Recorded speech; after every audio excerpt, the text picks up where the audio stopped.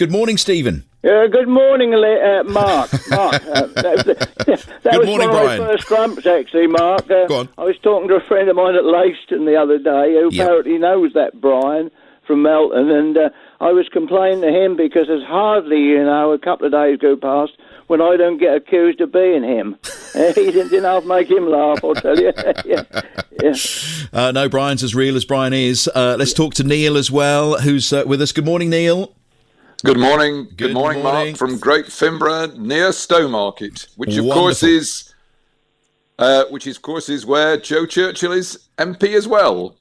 She's not just Bury St Edmunds, a grump from the folk of Stowmarket. She's Bury St Edmunds and Stowmarket. Oh, no. Unfortunately, the constituency title is just Bury St Edmunds, so you feel a bit left out, do you? Shocking. Just typical, isn't it, really?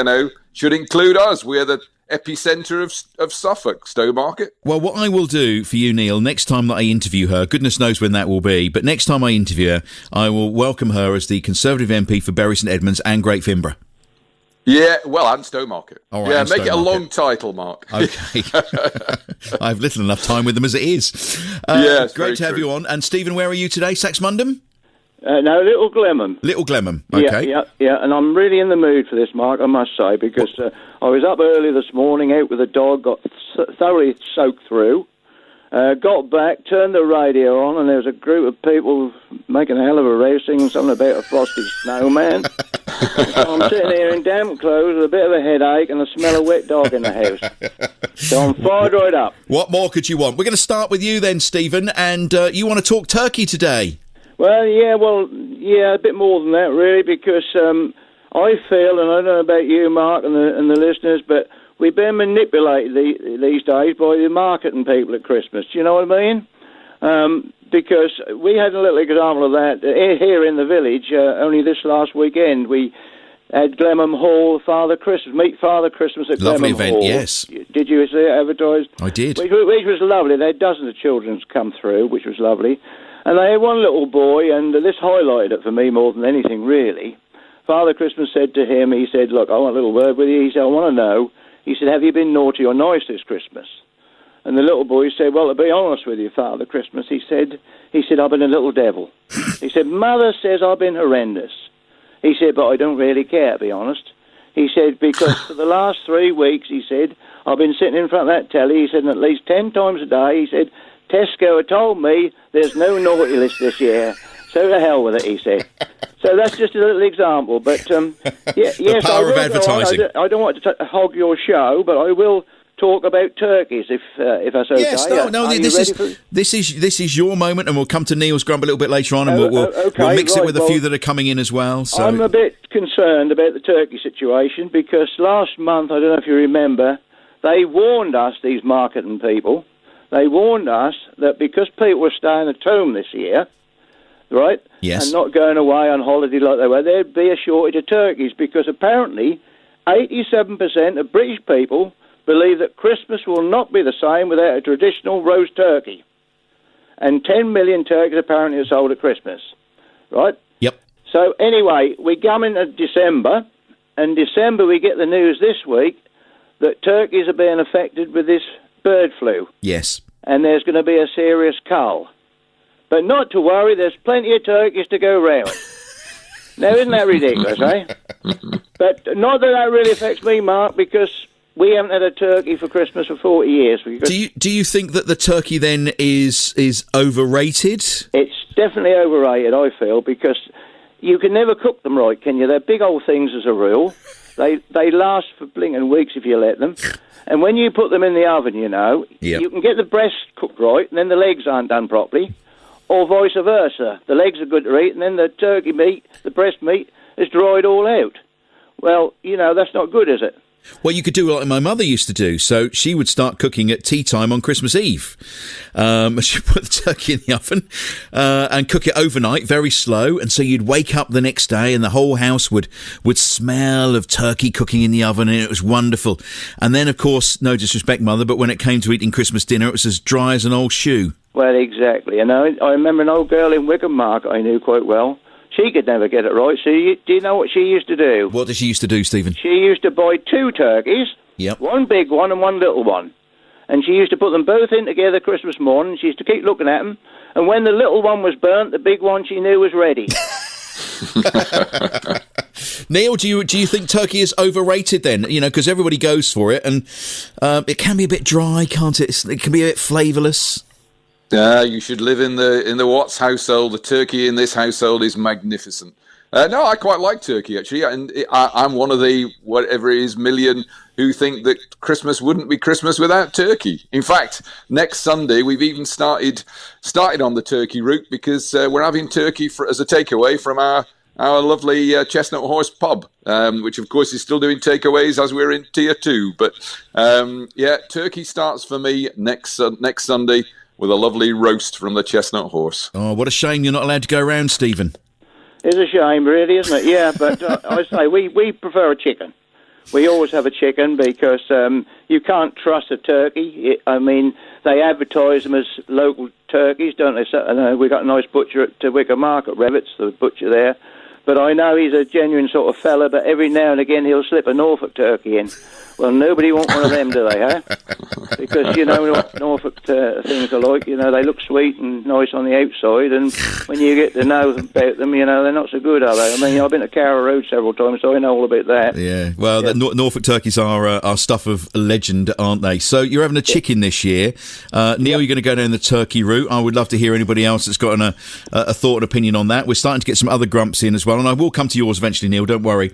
But I want to bring in some others, and I want to get your expert opinions on these as well. This is just coming from Michael in Boxford.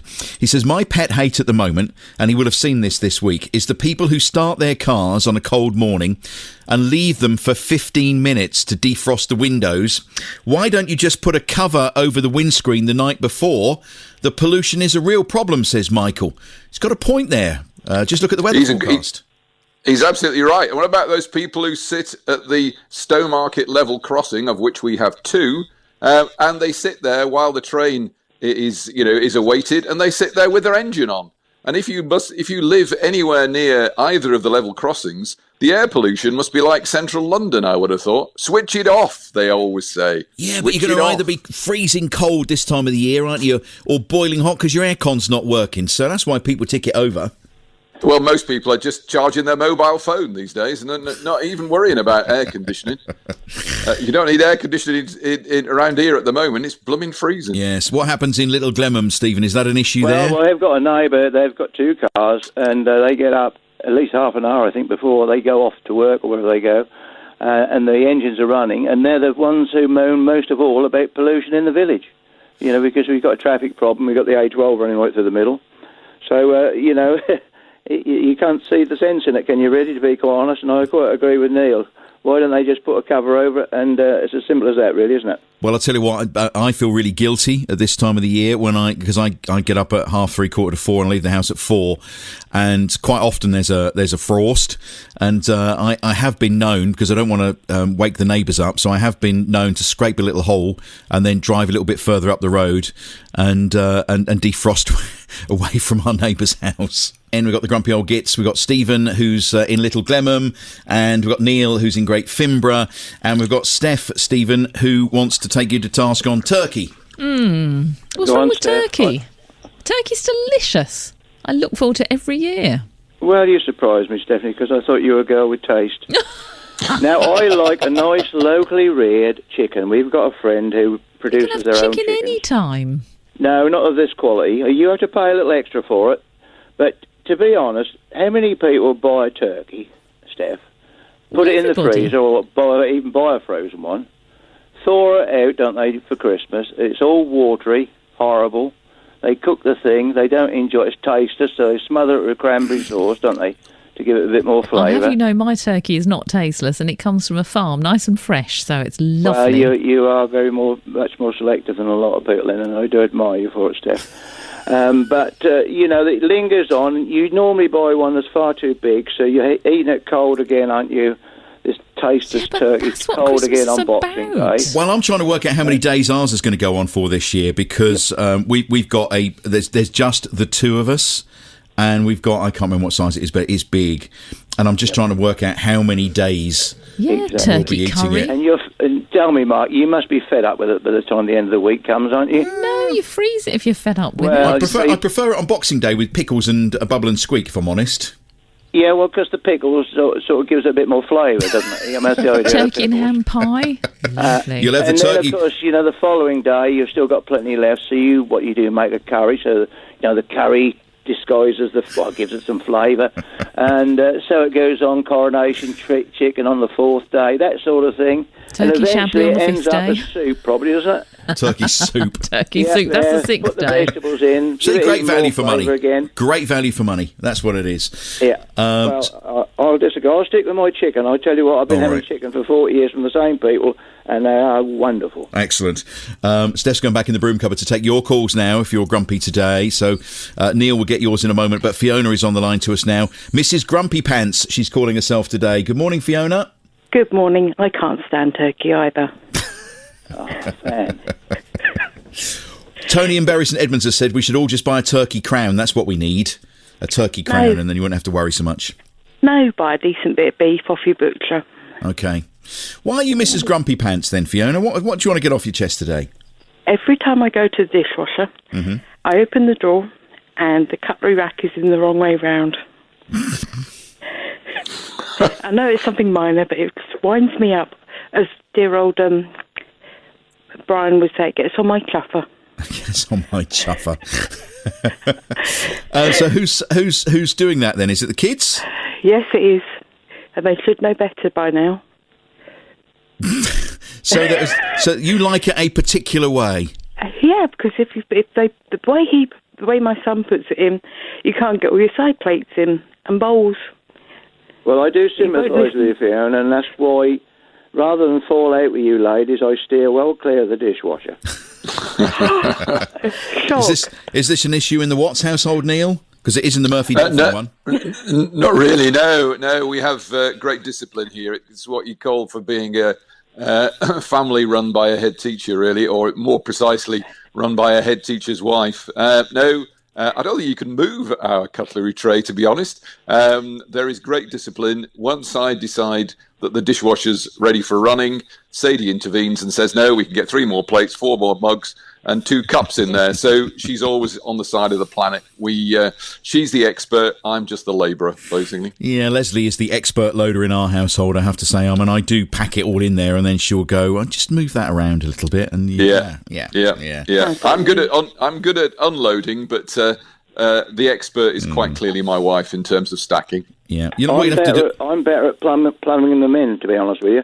I can do that all right, but I'm Fiona, not very domesticated otherwise. Fiona, you'll have to get a little diagram made, this way round. You'll have to get a little diagram. Or play this back to the kids when they get home later. Oh, they're both sitting in their bedrooms at the moment. Oh, hiding. are they?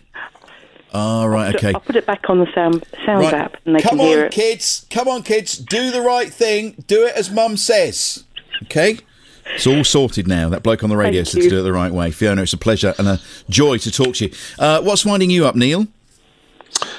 Ticket machines in Stowmarket Central Car Park. That's what's winding me up. You drive down from Great Fimbra, keen to support the local shops. You arrive on Saturday morning, this very Saturday morning, just gone by. You may remember the weather. It was chucking it down with rain. So you arrive, the car park is packed.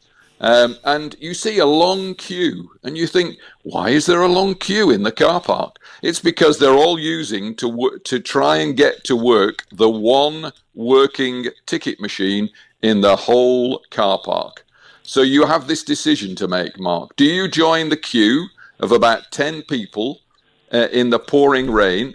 Because all the other ticket machines in the Stowmarket Central, known locally as Asda's car park, are not working. So you have this decision. Do you just park and dash and hope you don't get a ticket? Or do you join the queue? And this has been the case in that car park for months. Really? How much revenue Mid-Suffolk must have lost, I have no idea. And then they come on the radio and they say, we're short of money because we've lost car park revenue. I'll tell you why they've lost car park revenue. It's because the ticket machines in the main car park in Stowmarket aren't working, and they haven't been working for months. So fix it or make it even better. Make it free parking, and then you don't have to worry whether you'll have got to rush back from the shops. and get a ticket. Would you like to see free parking in our towns? Because we were talking about this on the show the other day, and I said that Martlesham is now for me the new Ipswich town centre, because you've got just about everything you need out at Martlesham now, and it's free car parking where it's not in Ipswich. I know Lowestoft Town Council have been urging the East Suffolk Council to get free car parking there.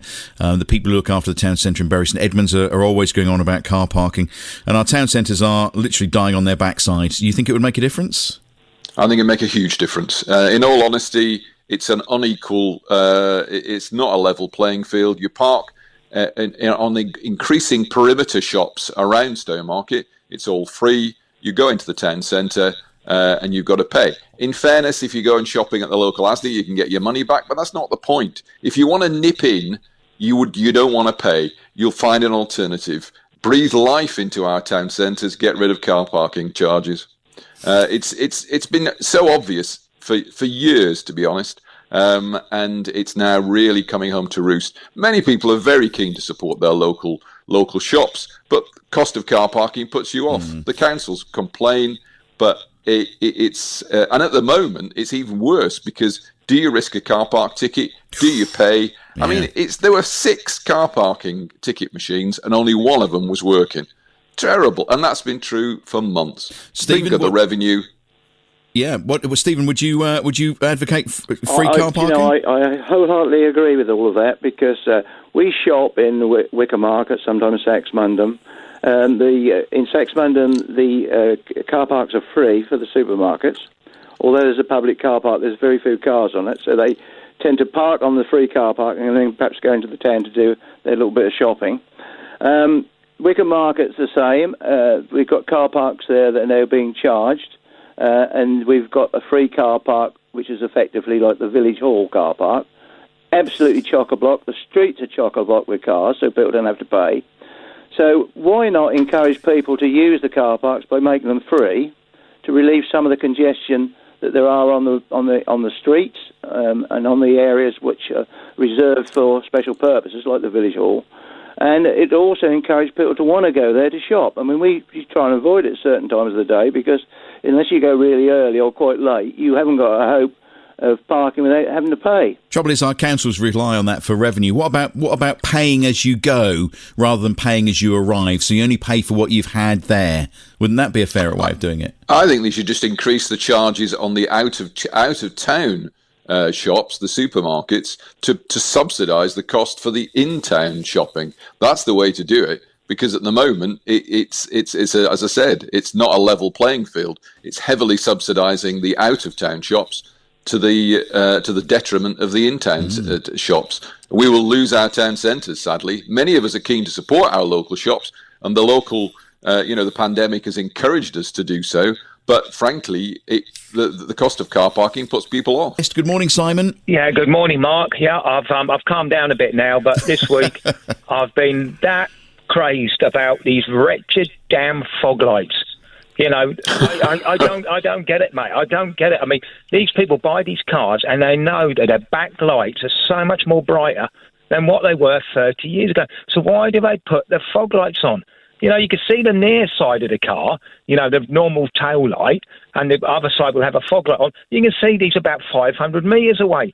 So I just don't get it. I just do not get car drivers why the urge to shove on them fog lights, and all they do is wind up everybody else. You can't see brake lights, you can't see indicators, and just causing nothing but havoc for anybody else who's following them. So they were brought in, if memory serves me correct, because the rear lights on cars were not very bright, and so you had a fog light on there which was extra bright, and it would be something that you would bolt on yourself, often onto the bumper. But now with the lights being so good, you think we don't need them?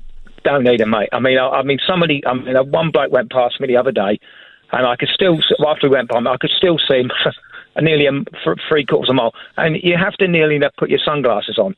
They're that bright, and it's just crazy, and they must know they've got them on, because all he could have seen in the rearview mirror is this massive, big, huge ball of red, like a volcano. It's just absolutely bonkers. I don't get it. It used to be that people would complain that people would forget to switch them off, and that they would be left on for a couple of days because people had forgot to switch them off and didn't actually really need them. But you'd like them done away with altogether? Yeah, personally, yeah, because they can't be used correctly. get rid of them.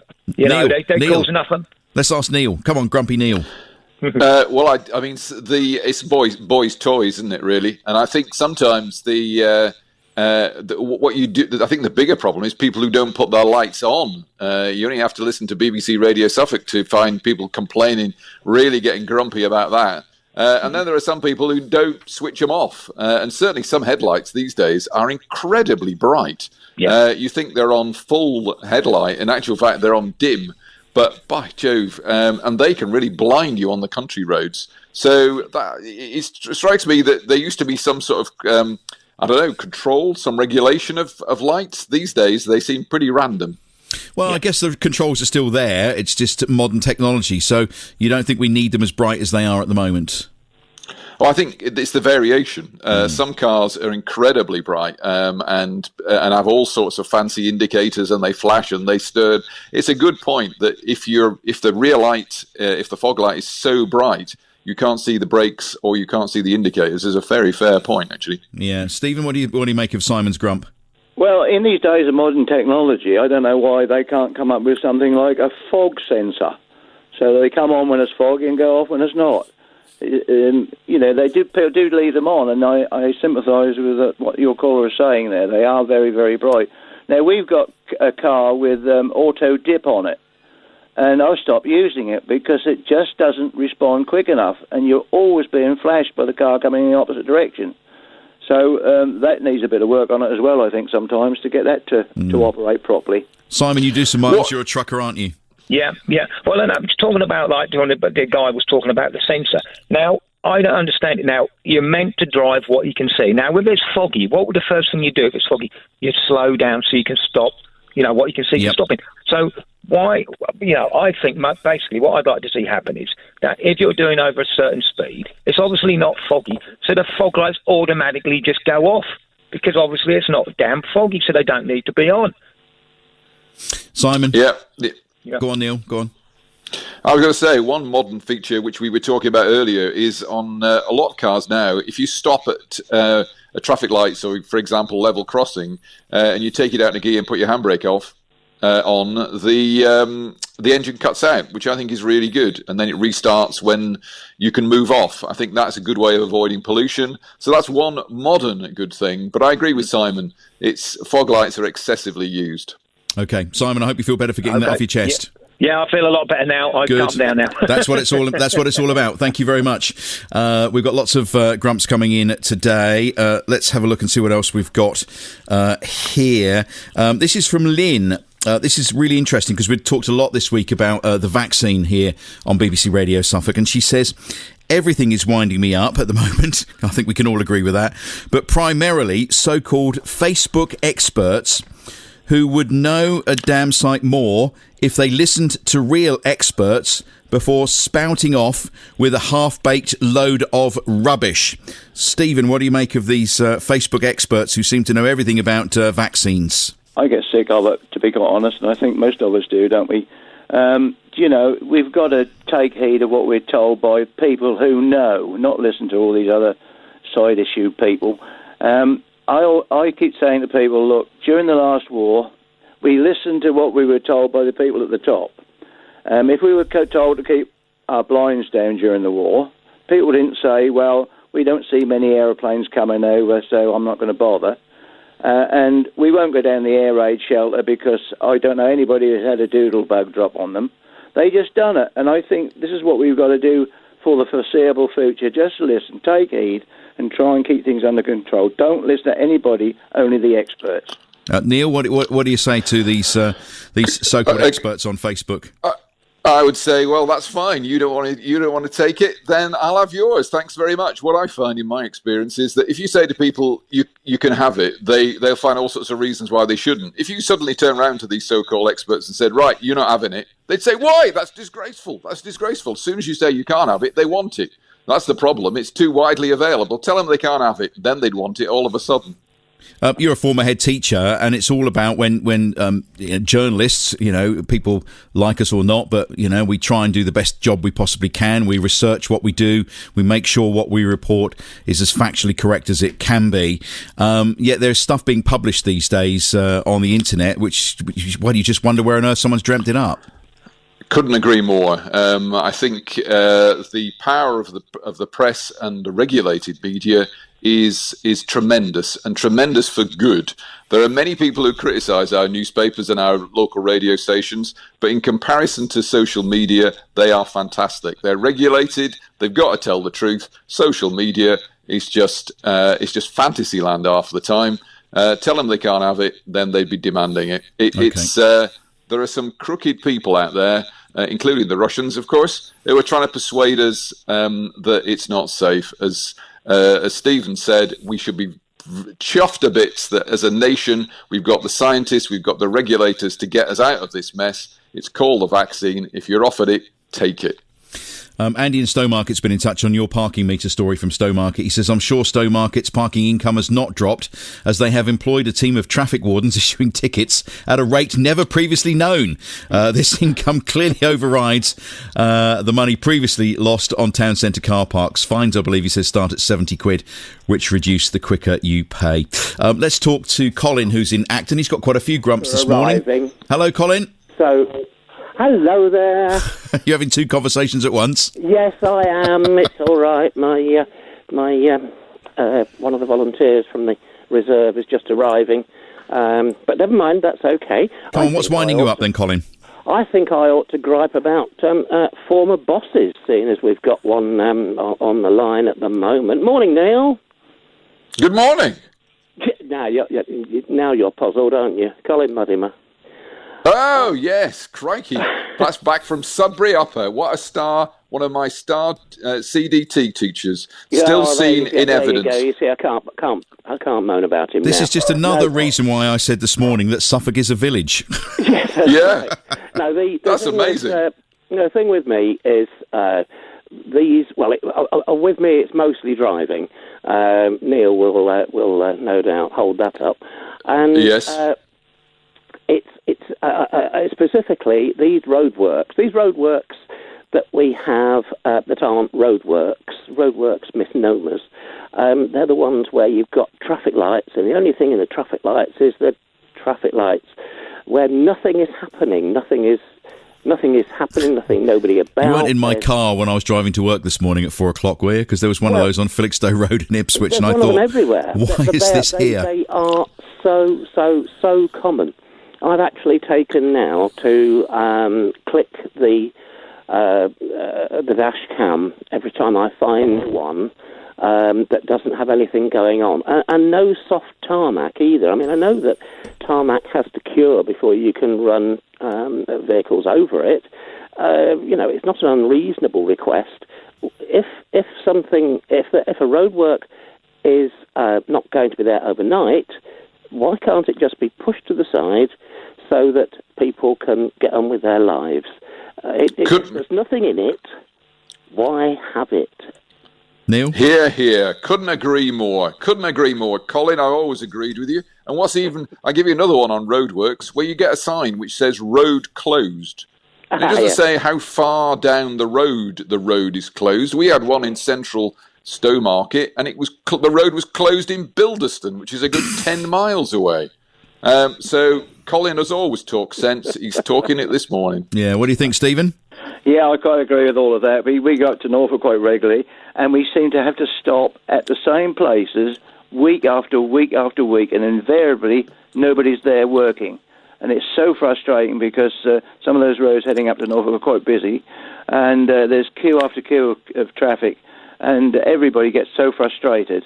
Something ought to be done about that. There ought to be some sort of ruling that they can only have things in place for a determined period of time, and if it's up, they've got to clear it away. Yeah. Charles has been in touch on this as well. He says the traffic lights left on the road long after the work has finished really winds me up as well, he says, especially when it's on my road.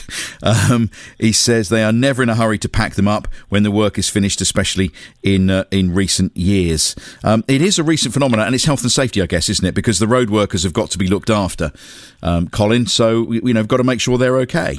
Yes, that's fine, and I thoroughly agree with that. We don't want to run over people who work on the roads, and the roads have to be repaired. I'm perfectly happy with that. All I'm saying is that the roadworks, the cones and the traffic lights should be pushed to the side by the people who are doing the roadworks when they've finished, so that the traffic light people can come along and then just pick them up. What they do is they just leave them in place, and it might be 2 or 3 days before the traffic light people who to come along and pick them up, and nobody seems to care. Even more annoying, can I say, is that after they've cleared them up, 2 weeks later, they open the road up again for something else, and that's even worse, then, isn't it? Why they don't form some sort of continuity so one service can follow another. It's beyond belief sometimes. Well, we've got a lot of ammunition for the Grumpy Old Gits political party when we form that. Colin, thank you very much. Lovely to hear from you. More from Neil and Stephen in a moment or two. James Hazel's back in the building, and he's on the radio at 10. So here he is. Good morning. Hello, good morning. How are you? I'm very well, thank you. Fantastic. Now, today, your vaccine preference and reasons. Here are the options. The British one, the American one, don't care, or neither. That's what we'll have a look at today, amongst other things. Not to forget, of course, the fact that we are hoping to hear about the very first vaccinations here in Suffolk, said to be in the north of the county later today at care homes. Also, £70,000 for a drink. That is what one for the road could cost you, as Suffolk enters another reminder period of drinking and driving. £70,000 for a drink. Feel Good Wednesday is back. Kath, the brain doctor, reminds us how to cope with the winter months. Also, rugby is on not only the Suffolk New College agenda, but also in terms of its future, with the news yesterday of ex-pros being diagnosed with early onset dementia. We also, you might be interested in this, Marquis, for sale, one Hawker Hurricane, one careful owner, lovingly restored, £2 million. Perfect. Yeah, right? If only I'd won Euro Millions last night. Seriously, you'd have that, wouldn't you? Put that on your roof. And Dom Jolly on the show. Roof would be quite good, wouldn't it? Exactly. Dom Jolly's talking the Christmas Jumper Day, which is forthcoming. Plus, here's some headlines. Back in the day, do you want a little crack at one? Yes, please. Go on then. Okay, you should easily get this one. Oh, yes. YMCA. There you go. Village people, more like that to come from town. Can't help thinking of Donald Trump when I hear that now, because he's been using that over in the States, hasn't he? Yes. Doing the wrong dance. Doing the wrong dance. Yeah, bless him. Yeah, there you go. That's all coming up. All on the way. Let's get some travel. How is it even possible to do the wrong dance to that? Well, Donald managed it. Yeah. Moving on, in Lowestoft, Anglian Water have been dealing with the burst water main on the Bloodmoor Road near the roundabout there. And they're obviously doing very well because it's just a couple of minutes delay still on Elm Tree Road as you head towards the roundabout. A12 northbound just before you reach Ipswich, just 5 minutes of slow traffic now on the approach to the Copdock roundabout at 33. As for the town centre itself, Vauxhall Road onto Grove Lane, 3 minutes of slow traffic heading into town. And also Norwich Road heading into town, 3 minutes of delays around Goddard Road basically. Bury St Edmunds, if you're coming into town via the Sicklesmere Road, it's looking a little bit better. The A134, 10 minutes of delays now through those temporary traffic lights. A140, we've got some temporary traffic lights at Thwaite. They're right by the Walnut Tree. We've had sort of 6 and 7 minutes of hold-ups in either direction. At the moment, they're down to just a couple of minutes, so hopefully that is now getting better. As for the trains, the 1008 Ipswich to Norwich service has been cancelled due to a train fault. If you spot a problem and it's safe to do so, call us on our free phone number 0800 141 2121. Next update with James and Connor in 30 minutes. Steph McIntyre, BBC Radio Suffolk Travel. BBC Radio Suffolk. Do you want to stay and join in our last little grumpy moments? Oh, yes, why not? We've got Stephen and Neil, our resident grumpy gits for today. We've got Grumpy Old Vickers next week. John in Holland-on-Sea is on the line. Hello, John. Hello, good morning, Mark. Good morning. What winds you up, John? It's when, I'm afraid you do it as well, Mark, when you're referring to children, use the K word. What, kids? Yeah. Don't terrible. like that. Baby goats, are It they? came from America. I think it's just laziness when people use that word. But Well, let's talk to our former head teacher. Of my old school. So there we are, Neil. I'm getting told off. Look. Yeah, well, it's a very fair point, actually. I must confess, it slips into the vernacular. I never used to use it. I was very old-fashioned. I would call years 7 to 11 pupils, and I would call the sixth form students, and I would never use the word kids. But I suspect occasionally it gets used. What's even worse is guys. Guys, the modern head teacher you see on TV, and they talk about the guys. Oh, my word. Pass me the bowl. I mean, they're either young people, students, pupils, kids, I don't like, I agree. But guys, oh, dear. Terribly trendy. They're not guys, they're youngsters. Okay, Stephen, do you use the word kids? Well, we had 2 boys, so they were always known as the boys. And the oldest one was always known as Mate. I called him Mate. But I did have other names for them at times. It wasn't kids, yeah. So I think it depends on my mood at the time, and sometimes I was pushed to the limit. John, I will do my utmost. I am aware of it, actually, when I do it, and I know that some people don't like it, but it's really difficult. If you're if you're writing a piece, you don't want to put children in the same sentence twice in the same sentence, so I put children or kids, and sometimes on the air you try and mix it up a little bit, Mark, you do a wonderful programme, and I still think you're one of the best presenters. Well, you're very kind. The K word. I'll try to use it less frequently. Okay, and give my best to Leslie and yourself for Christmas. I will do. John, thank you very much. Boys, thank you so much for the return of Grumpy Old Gits. Do you feel sort of soothed now, Stephen? Yeah, I just wonder if I could do a quick plug. It's for the Oxford vaccine, if you don't mind. Because a few years ago I was encouraged to buy some AstraZeneca shares. Right. And they're doing quite nicely, thank you. So the sooner the vaccine arrives, the better for me. Neil, do you feel soothed? I'll be interested to see Mid-Suffolk's reaction to the car park after this. Well, yes. It was my birthday yesterday, Mark. So my wife said, you're a grumpy git, but after yesterday, I'm a grumpy old git, I think.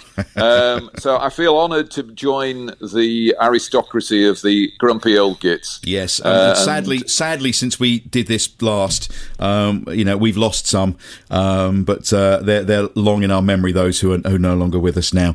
We're going to leave you with. Mark, I do feel partially cleansed, but there is more to come, of course. There is lots, indeed. Thank you both very much for joining us. That's Stephen and Neil.